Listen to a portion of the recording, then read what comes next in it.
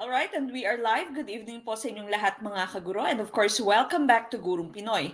Tonight's discussion is going to be about professional education. And of course, we'd like to welcome back the members of our Team Piaget. No, lahat po ng members ng Team Piaget, they can watch the full-length video. Of course, they can easily download this PowerPoint presentation that I'm using for my discussion. And of course, meron po silang final coaching at meron po silang pre-board. Okay, so again, our membership for Team Piaget is valid until September of this year. So even if you are still not taking the LET in March, no, next week, March na po, no, March 1st na on Tuesday, even if you are not going to take the LET in March or in June, kahit na sa September pa po kayo magtitake, no, pwede na po kayo magpa-member ng Team Piaget. Lahat po ng videos natin na full length nasa Team Piaget po. Lahat po ng mga PowerPoint presentation, no, nandun din po sa Team Piaget, so you can easily just download all those materials. You don't need to copy anything. You don't need to screenshot. Then, of course, the only way that you can join us for our final coaching is by becoming a member of Team Piaget. So again, on your screen right now, you can see the schedule for our final coaching. All the Saturdays are going to be for Gen Ed, and all the Sundays are going to be for professional education. So again, I am extending my invitation na magpa-member po kayo sa Team Piaget. We still have our ongoing promo, which is until February 28th. That's going to be by tomorrow. Okay, so hanggang meron po tayong promo, i-grab nyo po yung chance, become a member of Team Piaget. Of course, we'd also like to welcome back our oldest members. So oldest, by oldest, I mean by tenure, no, yung length ng time na members sila ng Gurong Pinoy. They've been here maybe since 2020. Okay, so merong Team Thunders, yung mga veterano natin. Ganon din po sa ating Team Newbies, yung mga kaka-tune in pa lamang, first-timers natin. Ngayon pa lamang nakapanood ng ating video. Again, welcome back. And welcome back sa ating veterans, and of course, welcome sa ating mga newbies, sa ating mga first-timers. Again, please do not forget to like this video, and of course, napaka-importante po that you share our video so that we can reach out to more people. Now, as I have mentioned, no, ang ating pong magiging discussion tonight is centered on professional education. These are actual LET items. These are items that you will see in your upcoming licensure examination for teachers, or these might have been some items that you have already seen in the previous LET if you have already taken the LET before, no. But of course, with the help of Gurong Pinoy, we hope and pray na this is going to be your last LET, no? Last LET na magiging LPT na kayo this year, in the year of 2022. All right, before we start with anything else, of course, let us all have our opening prayer. So please join me as we have our opening prayer.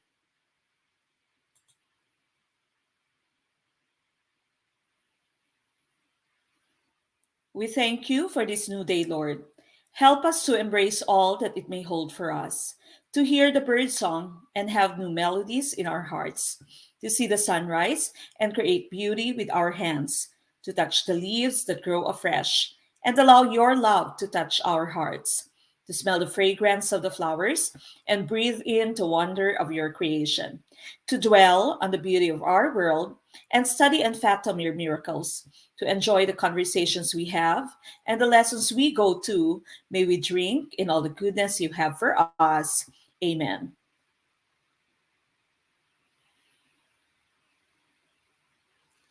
Okay, so sa muli, this is all about professional education. Paki-like na po ng ating video and paki-share na po ng ating video, no? Meron po tayong around 100 people who still have not liked this video. And of course, napaka-importante that you share our video para po mas marami tayong matulungan. Mga first-timers natin, hello po. Si Ma'am Richelle Morong. Good evening. Again, for you to become a member of Team Piaget, mag-send lamang po ng message sa ating Facebook page. If you are watching us on Facebook right now, on our Facebook page, on that same page, mag-send lamang po kayo ng inyong message para po matulungan kayo ng admin natin. No? Huwag na po kayong magtanong kung how to become a member, how to avail. Diretso na po, mag-send na po ng message sa ating Facebook page, which is called Gurong Pinoy. Ang YouTube channel po natin, Gurong Pinoy din po.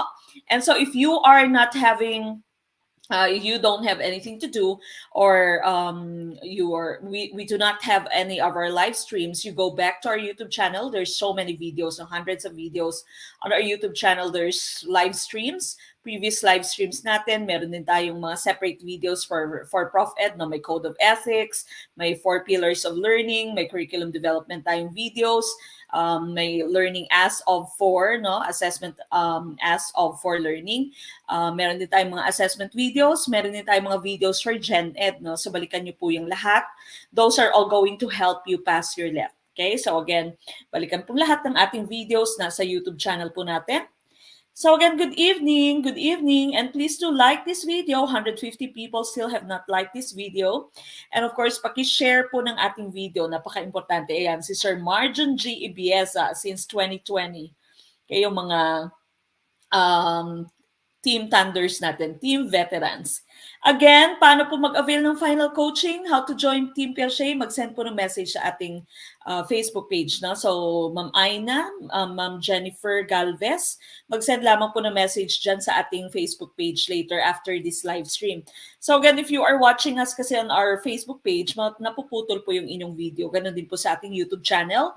And so the full-length video is only available on Team Piaget. No? So ganun din po yung ating PowerPoint presentation na download po nila sa Team Piaget.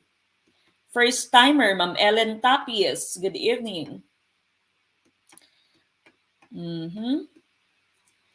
Alright, paki-like na po ng ating video. Again, pag hindi po nagla-like, mapuputulan po ng daliri. Okay, please do like this video and share this video. And we start with question number 1. Okay, number 1, what level of Bloom's taxonomy is demonstrated by a student reciting information? Is it letter A, understanding or comprehension, letter B, remembering or knowledge, letter C, evaluating, or letter D, creating or synthesis?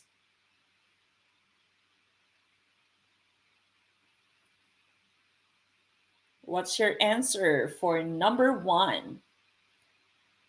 Okay, ICBs.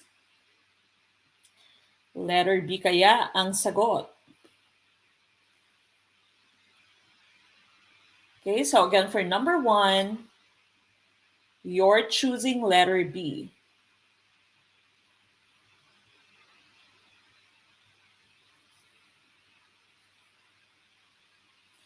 Ma'am Felgrace Soperales Baloca. Yes, kita na po kita, ma'am. She's a newbie. Welcome po, graduating student from QC. No, marami tayong mga nanonood dito na graduating students. So, congratulations in advance sa ating mga graduating students. Okay, I see a lot of B's and some letter A's. All right, going back to the question that we have here, this is all about Bloom's taxonomy. We all know that we already have 2 versions of this, no? The older version and, of course, the newer version of Bloom's taxonomy. And yung tanong dito, saang level ng Bloom's taxonomy yung dinedemonstrate ng isang estudyante when the student is reciting information, no? The student is just reciting information. Would this be letter A, understanding or comprehension, letter B, remembering or knowledge, letter C, evaluating, or letter D, creating or synthesis? And the correct choice here is letter B, no? That's just reciting information. This is just simple recall. This is just knowledge. Okay, so remembering is tumpak for question number 1. Let's take a look at your slide. So this here are the different levels of Bloom's taxonomy. Okay, so you have remembering. Remembering, ito po yung dating knowledge. Remember, in the older version of Bloom's taxonomy, instead of using the ing form of the verbs, no, your gerunds, it used nouns, no? So knowledge, comprehension, application, analysis, then you have synthesis. After analysis, then the highest level was evaluation, so older version of Bloom's taxonomy. Now, in the newer version, you have remembering, understanding, applying, analyzing, evaluating, and the highest now is creating, which actually was synthesis sa ating older version. Okay, so remembering po yung ating answer a while ago. This is just recognizing and recalling facts or information. No? So if you can recognize recognize, if you can recall some facts. Sa quiz B, usually, remembering lang yung ginagawa pag walang problem solving. No? So, simple recall. Some of the verbs that we use whenever we were using the level of remembering is just name, list, identify. Okay, so recognize, recall, those are some verbs that you can use for the level of remembering. Now, the level which is higher than remembering, second level, is understanding. This was comprehension. So here you understand what the facts mean. Usually, some of the terms that we use here would be explain, um, paraphrase, no? Using your own words, ganon. So, naintindihan mo na, na-explain mo na using your own words. That's understanding. Now, applying, of course, is to apply the facts, rules, concepts, and ideas. You can easily apply what you have learned inside the classroom to another scenario, especially a scenario which is real life. No? So, yung mga performance tasks natin, these are application of our knowledge. Now, these three are your lower order thinking skills, and the upper three are called your higher order thinking skills. So the next step here, next stage, is analysis. And when you say analysis, you break down information into component parts, no? Hinihimay-himay mo yung isang kabuuan sa kanyang different parts. So that's analysis or analyzing. Now, of course, the second to the last, no, or second to the highest level that you have here is evaluation or evaluating. You judge the value of information or idea. So again, in the older version of Bloom's taxonomy, which this was the highest, defend, evaluate, criticize, judge. Ito yung mga verbs na ginagamit natin. And creating is now the highest level. No? So when you say creating, you combine parts to make a new whole. Now, essentially, we say analysis and synthesis kasi itong creating before, no? Sa older version, this was synthesis. They are opposite. So remember your analysis, you have a whole and you break down its parts. Sa synthesis mo naman or creating, you have the different parts and you form a whole. Pero pinaka-importanting term dito sa inyong creation is that you are making a new whole, new, bago, no? So that means creation talaga kasi bago siya. So usually, pag may question like the science teacher gave an essay question to for students to explain the process of photosynthesis. Will this be part of creation or create? No, will this be part of synthesis? Actually, it cannot be considered part of synthesis kasi hindi siya panibagong whole. Gumawa lamang siya ng essay, pero yung essay na yon para siyang understanding lang, para siyang understand, you can explain, you can paraphrase, sinulat lang niya and explain lang niya kung ano yung process of photosynthesis. What he or she has created is not something new. Okay, so hindi siya actually considered as part of creation. But then again, for number 1, your answer is letter B. That's remembering, no? Simple recall. Okay, so remember, letter B is tumpak. Now we go to number 2. What is the deviation from a standard or desired level of performance? What term do we use for this deviation? Is it letter A, a problem, letter B, a deficit, letter C, a defect, or letter D, a gap? Okay, ano kaya yung tumpak na choice for number 2? Again, please do like this video. 100 people still have not liked this video. Paki-like na po ng ating video and of course, paki-share ng ating video, no? Share na po ng ating video. And of course, you can also support us by sending us stars whenever you watch us live on Facebook, and of course your super chat, super stickers on YouTube. Maraming salamat po for all our star senders. Ma'am Rona Villarosa, first time manood ng live pero member siya ng Team Download. Dina-download niya yung video sa YouTube. Maraming salamat po. Okay, what's your answer for number 2? Okay, I see a lot of letter D's. Letter D's, may iilang C, may iilang A, meron ding B. Okay, pero karamihan ay letter D. All right, so again, we are looking for the term that we use, no, for a deviation, no? kumbaga ay hindi siya sumunod, hindi siya nakasunod sa standard or desired level of performance, nag-deviate siya from that standard or desired level of performance. And the correct choice here, we are looking for the term gap. Okay, so gap po siya, no? You'd hear the term learning gap, learning gap. Now, there actually are different types of gaps. Let's take a look at your slide. No? So again, gap po yung ating term for a deviation from a standard or desired level of performance. So these here are the different types of gaps. You have knowledge gaps. If you do not have enough you do not have enough of the right information to make decisions. Hindi ka makapag-decide dahil kulang yung inyong information, dahil kulang yung inyong knowledge, no? That's knowledge gaps. Skills gaps, not being able to do something or not being able to do it well enough. So usually this happens when you are a beginner, no? So novice ka pa lamang. Kunwari, you are doing ballet and you are still, you have not been doing it for a long time. You are still a beginner, and so you are not able to do it, or you're not able to do it well enough. You also have your motivation or attitude gaps. When knowledge and skills may be present, but the learner still isn't successful due to their own motivation. We all know what motivation is, no? Yung inner drive niya. Usually here, we are talking about intrinsic motivation.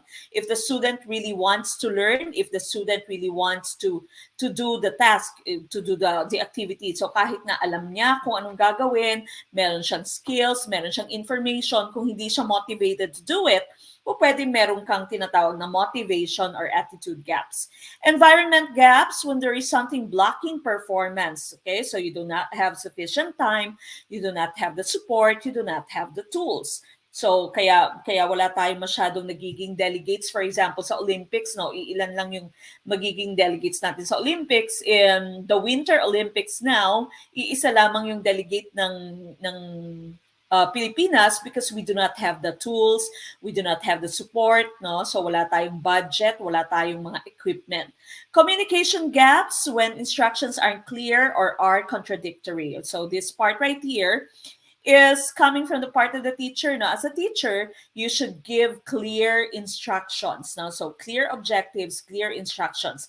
If your instructions are not clear, or if your instructions are contradictory, nagko-contradict yung instructions mo, the students, of course, are going to have communication gaps and they will not be able to do the task. Hindi nila naintindihan yung instructions mo, or yung instructions mo ay pabago-bago, and so there will be communication gaps. So again, we are looking for the term gap, and that was letter D for question number 2.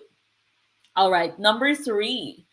In a highly pluralistic society, which of the following are the responsibilities of the teacher? Is it number 1, having an open mind? Number 2, understanding students who are different? Number 3, affirming that boys and girls are treated differently? Is it letter A, 1 and 2? Letter B, all of these? Letter C, 2 only? Or letter D, 1 and 3? Okay, what's your choice for number 3? Please do like this video, share this video, start a watch party, tag your friends, and of course, mag-send po ng stars, no? Or mag-send po ng super chat, super stickers. First time manood ng live, thank you po sa pag-accept. Si Ma'am Eric Tet, Sir Eric Tet, Tando Buwat. Good evening po.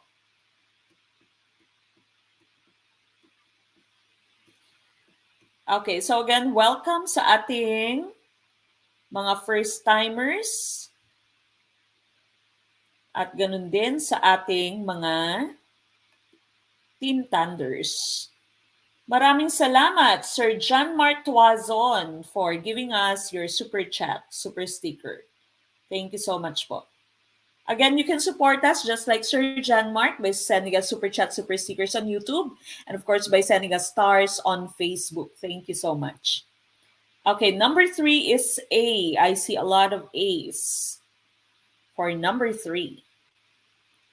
All right, now going back to the question in number 3, in a highly pluralistic society, which of the following are the responsibilities of the teacher? Na ano muna yung ibig sabihin ng pluralistic society, no? Highly pluralistic society. That means a society where there's individual differences, no? So, meron kang mga lalaki, meron kang mga babae, meron kang mga students coming from the different socio-economic levels, no? Merong mga mayayaman, may middle class, meron din namang naghihikaho sa buhay, meron kang mga magagaling na estudyante, may gifted, may average, at meron din namang yung students with special needs. And of course, iba-iba yung kanilang mga paniniwala, no? May mga Kristiyano, merong mga Muslim, no? Assalamualaikum po sa mga Muslim brothers and sisters natin. And of course, meron ding ibang religion pa, may Buddhist for example, may Hindus for example. And po pwede din naman na it can be based on their races, no? So maaring nasa international school ka at iba-iba yung lahi ng inyong estudyante, iba-ibang countries yung pinagmulan nila. At syempre multicultural, no? So multicultural, that's what you call a highly pluralistic society. Iba-iba yung klase ng inyong estudyante. So if you are in this type of society, as we all are right now, no? So iba-iba na yung highly pluralistic na yung ating society. Of course, that's because of the internet, no? The world has become very small. Which of the following are the responsibilities of the teacher? If you are a teacher, what are some of your responsibilities? Should you have an open mind? Tama or mali ba yung pagkakaroon ng open mind? Should you be accepting, no, of your different types of students? Number two, should you understand students who are different, or should you not understand them? And number three, you should affirm that boys and girls are treated differently. Should you treat them differently? Should you treat your students that are boys and girls differently? Yung mga Muslim mo na students at Christians mo na students, iba yung pagtrato mo ba dapat? Yung mga estudyante mong puti, for example, dito sa aming school, yung puti, yung Hispanics, yung Asians, at yung mga itim, iba-iba ba dapat yung treatment mo sa kanila, no? And so here, the correct choice is letter A. Yung mali lamang dito ay number 3. So dapat fair, equal yung treatment mo, hindi iba-iba, no? Because if that happens, then there's going to be bias, and of course there's going to be conflict inside your classroom. You should be fair and square as a teacher. Dapat you should try your best not to have any favorites, no? Not to have any favoritism. Okay, so letter A is tumpak. 1 and 2 are correct. Number 3 is wrong. Okay, so we cannot choose 1, 2, and 3. Letter B, dahil meron siyang 3. Ganun din sa letter D mo, dahil meron siyang 3. Kasi mali nga yung 3. And we cannot choose letter C dahil sabi niya 2 only. Kasi nga ang number 1 mo ay tama rin. So A, 1, and 2 is tumpak. Okay, number 4. If the scores of your test follow a negatively skewed score distribution, what should you do? Find out blank. Is it letter A, why your items were hard? Letter B, why few people scored high? Letter C, why most of the scores are high? Or letter D, why most of the scores are low? Okay, what's your choice? For number 4. Again, please do like and share this video. Paki-like po at share ng ating video. Maraming salamat. Again, kung ikaw ay nagla-like at nag-share ng ating video, ikaw po ay mabibiyayaan. Mabibiyayaan. Okay, what's your answer for number 4? Number 4 na po tayo. Number 4, letter C. I see a lot of letter C's. Tumpak kaya yung letter C? Or ligwak kaya yung letter C? We will see. We will see. Sasabihin kaya ng mga sumagot ng letter C, or sila kaya ay magsisisi, no? Okay, so number 4, sabi ng number 4 mo, if the scores of your test follow a negatively skewed score distribution, what should you do? Find out blank. Is it letter A, why your items were hard? Letter B, why few pupils scored high? Letter C, why most of the scores are high? Or letter D, why most of the scores are low? At ang tumpak na choice dito ay letter C, why most of the scores are high. Now, as you can see, B and D are just the same. No? If few pupils scored high, kukonti lamang sa estudyante mong nakakuha ng matataas na grado, that means karamihan sa kanila ay mababa yung grado. No? So the same lang sila. Why few pupils scored high and why most of the scores are low, they mean the same thing. So hindi mo na choose itong B and D. No? Eliminate both B and D. C. Why your items were hard? If your items were hard, then few pupils are going to score high. And if your items are hard, then most of them are going to score low. And so the correct choice here is why most of the scores are high. And of course, your hint is the terms or are the terms negatively skewed score distribution. Let's take a look at your slide now. So here, you have the different distribution. Yung unang-una mo dito in the middle, this is your normal score distribution. Wala kang skewness, no? Walang skewness. Normal ang inyong score distribution. This is also called your bell curve, no? Bell curve. So that means your mean, your median, and your mode are equal, no? So most of your students got an average score. Okay, so average score. The normal curve represents a perfectly symmetrical distribution. Ito yung nasa question natin, negatively skewed. Pag sinabi mo kasing skewed, no, or skewedness, it talks about the tail of your distribution. Kumbaga, ito yung kukonti lamang yung nakakuha. So if you say negatively skewed, yung tail ng inyong score distribution is going towards the negative, yung pinaka-bulk ng score mo would be towards the positive, no? So mataas yung score ng inyong estudyante, kukonti lamang yung nakakuha ng maliit na grado. Okay, or mababang grado. Now, it is opposite for your positively skewed. Pag sinabi mo naman positively skewed, maraming nakakuha ng mababang marka, kukonti lamang nakakuha ng mataas na marka. So actually opposite sila, no? So hindi mo when you're thinking about your skewedness, pag sinabing negatively skewed, mataas yung mga marka ng inyong pupils. Pag sinabing positively skewed, mababa yung marka nila, no? So opposite po yung skewedness and the scores of your students. So pag sinabing negatively skewed, again negatively skewed, most of them scored high. Okay? Kaya letter C ang tumpak na choice for number 4. All right, number 5. Which of the following activities should be incorporated in the elementary level? Is it letter A, creating a list of classroom duties that needed to be completed on scheduled basis? Letter B, utilizing physical activity to teach fairness and sportsmanship. Letter C, incorporating guest speakers to expose students to many career choices. Or letter D, utilizing physical activity to help relieve stress, negative feelings, and improve moods. Okay, what's your choice for number 5? First timer na si Sir Eric Tet or Ma'am Eric Tet. Okay, sabi ni Sir or ni Ma'am, maraming salamat talaga po Ma'am. Inshallah, lahat po ng nanonood ng live ay makakapasa. Inshallah, amin. Okay, so inshallah, lahat kayo ay makapasa.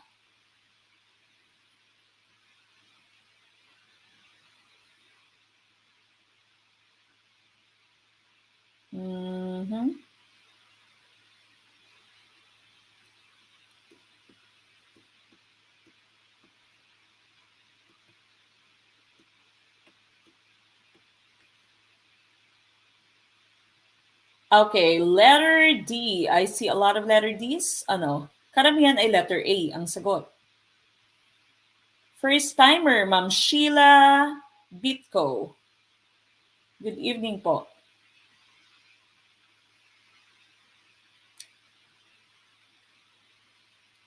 Okay, nag-aagaw ang A at D. May ilang letter B. Nako, mukhang genocide yung mangyayari sa number 5. Tingnan natin kung sino makakasurvive sa number 5. Okay, so question number 5, which of the following activities should be incorporated in the elementary level? No? Sa elementary level, balikan mo, magbalik tanaw ka sa time na tayo ay relax, no? Elementary level, laro lang tayo ng laro, no? Wala ka masyadong maalala sa lessons, kukonti lamang marahil. Yung mas naaalala mo yung paglaro mo sa playground, nung natuto kang magbike, nung kayo ay nagpiko, nung kayo ay nag-Chinese garter, kung ano-anong ginawa niyo ng elementarya, napakasaya. Okay, so alin dito yung dapat na i-incorporate when you are at or the students are at their elementary level? Should you be creating a list of classroom duties that needed to be completed on scheduled basis? Should you utilize physical activities to teach fairness and sportsmanship? Should it be letter C, incorporate guest speakers to expose students to many career choices? Or letter D, utilize physical activities to help relieve stress, negative feelings, and improve moods. Okay? What's your choice? Aha, iba-iba yung inyong sagot. Now, again, yung sinabi dito, elementary level, no, hindi siya specific. We don't know what level this is. It might be in grade 1, grade 2, grade 3. It might be grade 4, grade 5, grade 6. We don't know, no? Sa elementarya lamang. Basta, bata pa yung inyong estudyante, no? Hindi pa masyadong matayog yung kanilang pag-iisip. And so letter C, automatic, eliminate na to, no? Incorporate guest speakers to expose them to many career choices. Usually we do this sa senior high school at even sa junior high school, no? Creating a list of classroom duties that needed to be completed on scheduled basis. Now, again, as we have said, we have mentioned, your level, the level of your students is not specified. Now, what if grade 1 sila, grade 2 sila? Hindi pa sila masyadong nakakaintindi sa classroom duties. Now, although meron kang cleaners minsan, usually lahat sila or karamihan sa kanila umuuwi, no, hindi nagki-clean, di ba? Kayo, ganun din, cleaners kayo pero hindi kayo nag-clean. Tapos no, pagbalik nyo the following morning, may nakalagay did not clean. Nandyan yung pangalan nyo. Letter B and D mo, halos magkaparehas. Now, utilizing physical activity. Utilizing physical activity. Sabi ng letter B mo, to teach fairness and sportsmanship. And letter D mo naman, to help relieve stress, negative feelings, and improve moods. Now, the tumpak na choice here is letter B. Okay, so letter B po. Napaka-importante that we teach them the values, we teach them good character, no, sa elementarya. So usually nga characters lamang yung binibigyan ng puna, ng binibigyan ng pansin during the elementary level. So tumpak itong letter B, it is to teach them fairness and sportsmanship. Nag-e-enjoy sila. Alam mo naman yung mga elementary school students, no, napaka energetic pa, marami pang enerhiya. And of course, you can teach them how to be fair, how to be a good sport. Ang letter D mo kasi to relieve stress, negative feelings, improve moods. Usually, hindi pa naman stressed yung mga elementary students natin, di ba? Hindi pa sila masyadong stress. Sabi ko nga kanina, laro lang tayo ng laro. Chinese garter, piko, kung ano-anong pinagagagawa natin, no? Pag uwi mo sa bahay, amoy araw ka, no? But that was one of the most enjoyable times of your life, no? Yung pagiging elementary school student. So letter B po, yung tumpak dito, medyo marami-raming naligwa. Okay? So hindi po letter A kasi hindi pa sila ganun ka-responsable. Letter C, hindi din guest speakers to, career choices, hindi pa sila ready for that. And of course, we don't think they still have a lot of they have a lot of stress, negative feelings, and improved moods. No? So letter B is tumpak, physical activity to teach fairness and sportsmanship. You can even see very young kids, no? Sometimes grade 1, grade 2, yung mga simple lang na activities, minsan ay pasahan lang ng bola, but of course the main goal of the teacher is to teach them the proper character, the proper attitude. So fairness and sportsmanship, yan yung goal ng ating physical activity in the elementary level. Okay, so letter B is tumpak. Ano, Sir Marjun, pwede bang balikan ng X? May X ka. Nung grade 5 ba to? Grade 1? All right, number 6, teacher Mark wants his students to display penmanship work in the beginning, middle, and near the end of the school year. Which type of portfolio is displayed? Is it letter A, evaluation portfolio, letter B, development portfolio, letter C, showcase portfolio, or letter D, assessment portfolio? Okay, what's your choice for number 6?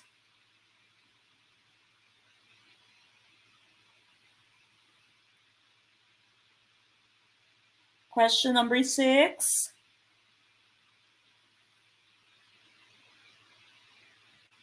Again, please do like and share this video. Mag-like na po at mag-share ng ating video. Mag-send ng inyong stars if you can. And mag-send ng super chat, super stickers. Maraming salamat po. Okay, B and C. Nag-aagaw. Sino kaya yung magwawagi?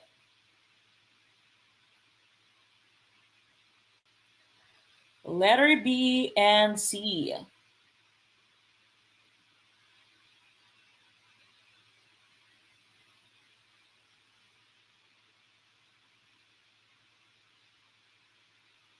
B or C for number 6. Okay, sabi ng number 6 mo, you have teacher Mark. And he wants his students to display penmanship work, no? So yung sulat kamay nila in the beginning, middle, and near the end of the school year. Which type of portfolio is displayed? Is it letter A, evaluation portfolio, letter B, development portfolio, letter C, showcase portfolio, or letter D, assessment portfolio? Now, yung evaluation portfolio mo and assessment portfolio are just the same, no? So, they are some types of portfolio that are used to determine whether your students have hit the objectives, no? So, they're used to check the different criteria. So, evaluation portfolio, ligwak na ito, no? Eliminate na yung letter A or D mo. So, you only have two other choices left. Development portfolio ba ito or showcase portfolio ba ito? Yan. Sabi ni Sir Brendo Labandera, B or C. Okay. Development portfolio or showcase portfolio? Ang tumpak na choice dito is development, no? Development portfolio. Development, bakit? It would show the development of the penmanship of the students from the beginning to the middle and towards the end of the school year, no? Paano nag-develop, paano gumanda, or paano pumangit yung kanilang penmanship, no? So they started from the very beginning of the school year until the middle and until the end of the school year, no? So development portfolio po, it showed the process. This is also called your process portfolio. Yung showcase portfolio mo naman, you all know what the meaning of showcase is, the best work, yung pinapakita sa inyong showcase portfolio. So yung sometimes, no, if you are an architecture student or engineering student, yung mga fine arts na students, they have their showcase portfolio. That is just the collection of their best work, But you remember, yung portfolio mo dapat essentially in education, when you say portfolio, dapat meron siyang, it should contain not only the best work of students, but even those that are drafts, those that needed help, no, or those that needed much improvement, nandun dapat. It should show the progress of your child, no? So it should show the progress of your student. So here, letter B po ang tumpak. Letter B is tumpak. Okay? So, hindi po siya showcase. So, sabi, yung showcase portfolio mo kasi the best work lamang. But here, beginning, middle, near the end of the school year, he wanted them to show or display their penmanship work. Maaari kasi in the beginning, hindi pa maganda yung kanilang sulat kamay. So, you cannot call this showcase portfolio. Okay, so letter B is tumpak. Number 7, which type of test measures students' thinking, organizing, and writing skills? Is it letter A, completion test, letter B, short answer, letter C, extemporaneous speech, or letter D, essay? Okay, what's your choice for number 7?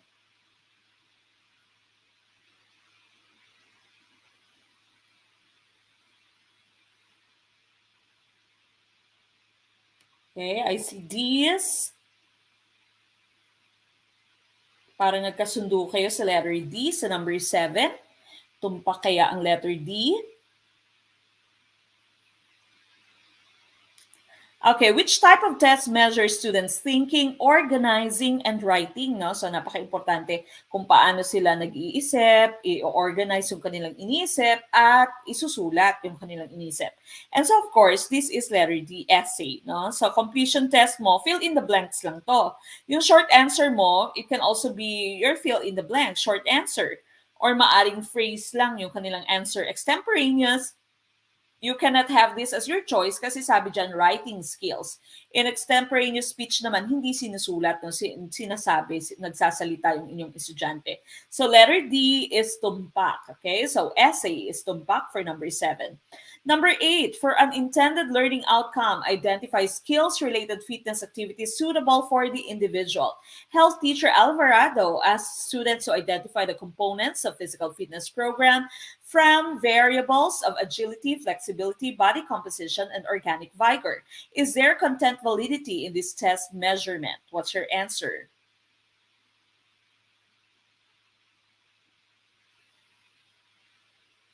Okay, what's your answer?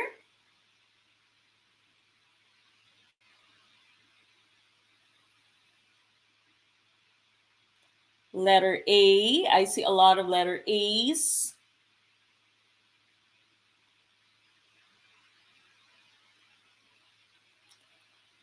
All right, now going back, Teacher Alvarado wanted his students to identify skills-related fitness activities that are suitable for the individual. And of course, he mentioned the different variables: agility, flexibility, body composition, and organic vigor. And the correct choice here is letter A, no? So your variables, the variables also relate to the skills-related fitness. So you identify muna the different variables, how agile you are, how flexible you are, what's your body composition, what's your organic vigor, and out of that, you can identify the different fitness activities that is suitable or that are suitable for your student or for that individual. So letter A, yes, since the variables relate to skills-related fitness is tumpak. Okay, so letter A po ang ating sagot for number 8. Number 9. In unit planning, using the topical approach, it is helpful to use the blank of the textbook. Letter A, attachments. Letter B, appendix. Letter C, graphs and tables. Or letter D, table of contents.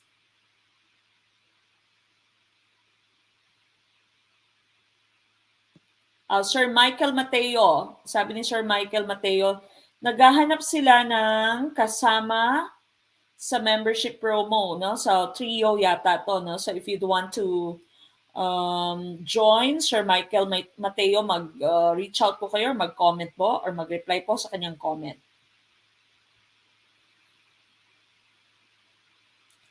All right, number 9, what's your choice? If you are unit planning, you all know what unit planning is, no? So, sinusulat mo lahat ng units, tinitingnan mo kung ano yung included sa inyong units. Remember, yung sa DepEd, no? Or sa Pilipinas, meron tayong tinatawag na minimum learning competencies. So, dapat hindi mo siya binabawasan, pwede kang magdagdag, pero hindi mo pwedeng bawasan yung competencies, yung topics na iyong ituturo sa iyong estudyante. Napakasiksik, no? Ng ating mga topics. Now, what will you use as a tool so that it can help you prepare the different topics that you are going to include in your unit plan? Is it letter A, attachments of your textbook, the appendix of your textbook, the graphs and tables, or letter D, the table of contents? And of course, ang tumpak na choice dito is letter D, no? So, table of contents. Titingnan mo yung table of contents mo, titingnan mo yung different topics, at ililista mo sila, no? So, that's unit planning. You plan the different topics that you are going to be including in the unit that you are trying to plan for your students. Okay, so number 9, D is tumpak. Number 10, what does an achievement test measure on previous learning? Is it letter A, teaching coverage, letter B, motivational level, letter C, attitude and aptitude outcome, or letter D, quality and quantity? Okay, so again, gentle reminder sa ating mga nanonood sa Facebook, no, sa Facebook page natin, sa YouTube channel ay napuputol po yung ating video. So again, do become a member of Team PSA so that you can enjoy the full-length video, you can download our presentation, and of course, you can join our final coaching. We'll already be starting with our final coaching by next weekend. Okay, so mag-join po kayo. Sa ating Team Peshe, we have ongoing promos. Just send a message to our Facebook page na Gurong Pinoy. Hindi po Gurong Pinoy Let Online Group, but Gurong Pinoy only. Okay, number 10. Ano yung mini-measure ng achievement test sa inyong previous learning? Remember, achievement test. An achievement test is a type of summative test, no? So, summative test na siya. So it is actually part of your assessment of learning. What about learning is it trying to measure? And ang tumpak na choice dito is quality and quantity. How much did the students learn and what did the students learn? So how much and how did the students learn? Did they learn it well? Did they hit all the objectives or half-baked lang ba yung kanilang learning? No? So your achievement test, a summative type of test is going to measure quality and quantity of previous learning. Okay, so not your teaching coverage, not the motivation, not the aptitude and the attitude of your students. So letter D is tumpak. Number 11, students asked to evaluate their own output using a scoring rubric is a blank assessment. Is it letter A, self, letter B, peer, letter C, formative, or letter D, summative? Okay, what is your choice for number 11?